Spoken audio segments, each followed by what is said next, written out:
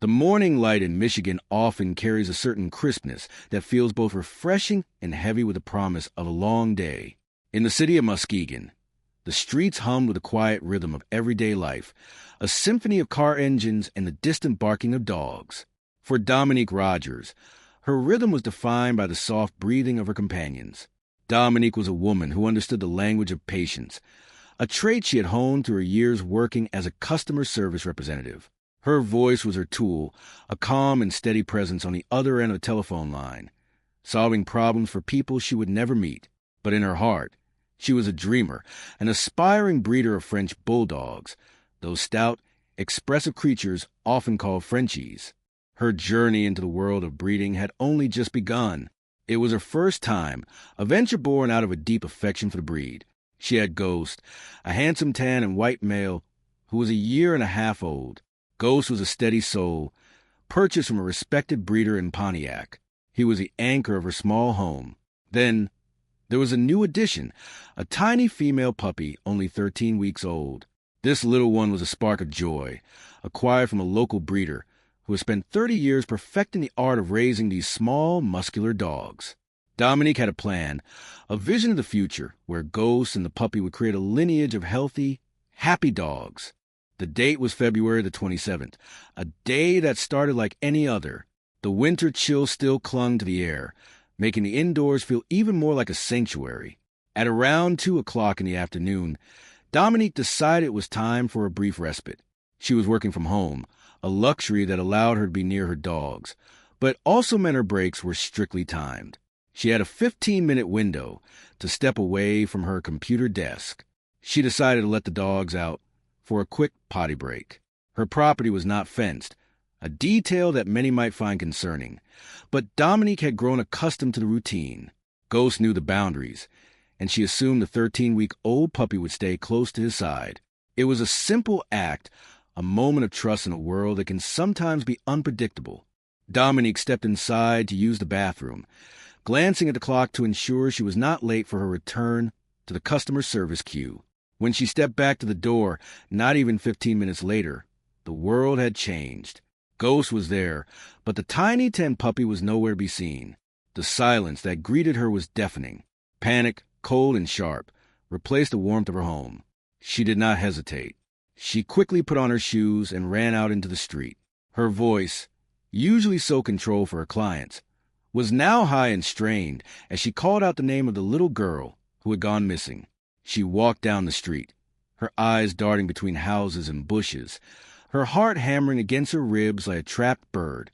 On the corner, behind an abandoned house that stood as a silent witness to the neighborhood changes, she saw a neighbor, with tears blurring her vision. She asked if he had seen the small dog. The information she received set her on a path toward justice, a path that would eventually lead to the hallowed halls of a courtroom. In that very same neighborhood, at that very same hour, another story was unfolding. Lana Carson, an animal control officer for the county, was conducting her rounds. Her job was one of service and protection, ensuring the welfare of the animals that shared the city with its human inhabitants. That afternoon, she was scheduled for several welfare checks. As she drove down the road in her unmarked vehicle, she noticed a house that had recently suffered a fire. A small crowd was gathered outside. Lana had to make a left-hand turn at that corner to reach her destination, and that was when she saw them. 2 French bulldogs were running loose in the front yard. One was the older, tan and white male, and the other was a small, tan puppy. Being the professional dog catcher of the county, Lana's attention was naturally drawn to the site.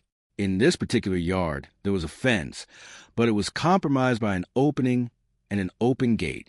She watched as a woman in the yard bent down and picked up the small puppy. The older dog, however, was more elusive, slipping through a hole in the fence and heading further down the block. Lana rolled down her window and offered her assistance. She asked the woman if she needed help or if she wanted her to grab the dog. The woman, who was holding the puppy tightly, responded with a simple no, stating that he's got it. Lana noticed a man standing in the driveway and assumed he was the individual the woman was referring to. Lana, feeling a bit frustrated that the larger dog was still wandering untethered and unaccompanied, watched as it ducked behind a yellow house further down the block.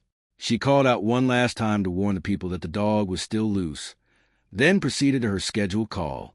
She left the scene with the image of the woman still standing there, cradling the tan puppy. The woman in the yard was Tamala Thomas, Dominique's neighbor. Tamala lived only 3 doors down. On that day, she had returned from grocery shopping.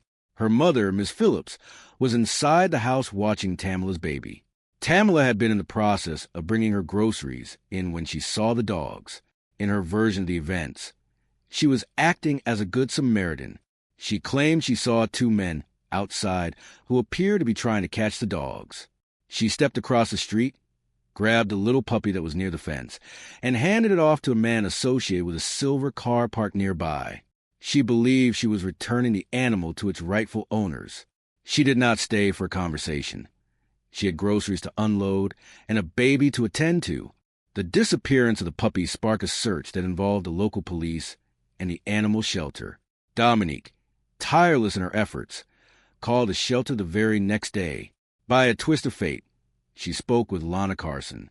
When Dominique described her missing 13-week-old Frenchie and provided a photograph, Lana realized with shock that she had witnessed the puppy being picked up by a woman just 3 doors down from the owner's residence. The case of Rogers versus Thomas was brought before Judge Judy Justice. The courtroom was a place of order and truth, where the complexities of human behavior were laid bare under the scrutiny of the law. Case number 3008 was called to order. Dominique Rogers stood before the judge, her heart heavy with the loss of her puppy and the suspicion that her neighbor had not been entirely truthful. Judge Judy, known for her sharp wit and zero tolerance for nonsense, began the proceedings by examining the facts. She questioned Dominique about her decision to let a 13-week-old puppy out in an unfenced area. The judge's words were a stern reminder of the responsibilities that come with caring for a living creature. She compared letting such a young puppy out alone to letting a 6-month-old baby who has just learned to crawl go out into the world unattended. It was a moment of profound educational value, highlighting that our pets rely entirely on us for their safety.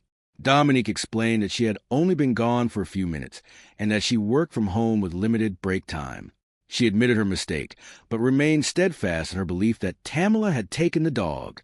She presented a police report and the testimony of Lana Carson. Lana recounted what she had seen, noting that she did not see anyone else actively trying to catch the dogs other than the defendant. Tamala Thomas defended her actions, insisting she had handed the dog to a man she believed was the owner. She spoke of the silver car and the men who were already outside when she came out with her groceries. Her mother, Ms. Phillips, supported her daughter's story, remembering the day Tamala came back inside and mentioned helping someone with their dog. The tension in the courtroom was palpable as the 2 neighbors faced each other. Dominique recalled seeing Tamala shortly after the incident. She described a moment where she was walking her other dog, Ghost, crying and calling out for Penelope. She claimed Tamala walked right past her without saying a word, despite having just handled the puppy. Tamala denied this, leading to a sharp exchange of words that reflected the deep hurt and misunderstanding between them. Judge Judy listened to all the evidence with a careful eye. She considered the burden of proof required in a civil case. While there were inconsistencies and a sense of missed opportunity for honesty, the judge concluded that there was not enough evidence to legally label Tamala a thief. She pointed out that Dominique's own negligence had created the situation. However, the judge's focus remained on the well-being of the animal and the lessons to be learned.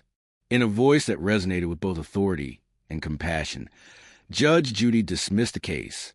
She reminded Dominique that breeding dogs is a serious commitment, a skilled art form that requires education and constant vigilance.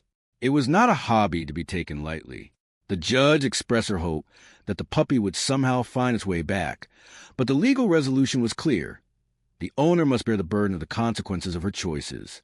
Outside the courtroom, the air was still filled with unspoken emotions. Tamala maintained that she was a lover of animals and would never steal a dog. She expressed her hope that Dominique would find Penelope. Dominique, though disappointed by the verdict, remained focused on her love for her dogs and her desire to have her puppy back. She had made flyers and posters, reaching out to the community in an effort to find the little girl who had vanished in those few short minutes. This story, though born from a moment of loss, carries with it a message of inspiration and human values. It speaks to the importance of being a diligent caretaker for those who cannot care for themselves. It highlights the need for communication and honesty within a community. While the courtroom could not provide the return of the puppy, it provided a platform for the truth to be explored and for important life lessons to be shared. In the grand tapestry of human experience, we often encounter situations that test our character and our resolve. Dominique's story is one of love for her animals and the painful realization of how quickly things can change. Tamila's story is a reminder of how our actions, even those intended as helpful, can be perceived through different lenses. And the presence of the animal control officer reminds us that there are people dedicated to the safety and welfare of the creatures we hold dear. As the sun sets over Muskegon, the memory of the 13-week-old puppy named Penelope remains a soft light in the hearts of those involved. It is a story of a potty break that turned into a legal battle, but more importantly, it is a story about the profound bond between humans and their pets. It is a call to all animal lovers to be present, to be careful, and to cherish every moment with their furry companions. For in the eyes of a dog, we are their entire world, and our responsibility to them is a sacred trust that should never be broken. The courtroom may have adjourned, and the case of 3008 may be closed, but the values of compassion, responsibility, and community continue to guide the way. May every lost puppy find its way home, and may every pet owner find the wisdom to keep them safe. This is a journey of growth, a narrative of the human spirit trying to do its best, and a testament to the enduring power of love and hope. The beauty of the French bulldog, with its squishy face and large ears, continues to capture the imagination of many. But as Judge Judy wisely noted, it is not a sport to raise them. It is a labor of love that requires our full attention. Let us move forward with a renewed sense of purpose, treating every creature with the kindness and protection they deserve. In the end, it is our actions and our integrity that define us, and the love we give to the smallest among us is the greatest legacy we can leave behind. Every neighbor we pass and every interaction we have is an opportunity to build a stronger, more honest community. Though mistakes were made on that cold February afternoon, the potential for healing and understanding remains. We are all learning, all striving to be better versions of ourselves. And in the quiet moments of the day, as we watch our pets sleep peacefully by our feet, we are reminded of the simple, beautiful truths that connect us all. Dominique returned to her home, Ghost by her side, still looking toward the door.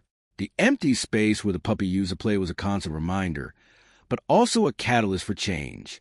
She would be more careful, she would be more vigilant, and she would continue to speak for those who have no voice. The search for Penelope would continue, fueled by a love that knows no bounds and a hope that never fades. For in the heart of an animal lover, no one is ever truly lost as long as they are remembered with affection and grace. The lessons of the court were etched into the minds of everyone present. It was about more than just a dog. It was about the standard of care we owe to one another and to the world around us.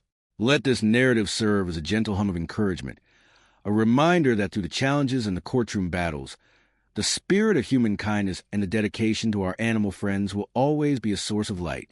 As the quiet streets of Muskegon settled into the night, the story of the lost puppy and the neighbors who in a court became a part of the local lore, a story told to remind everyone to hold their loved ones a little tighter and to never let a 13-week-old puppy out alone.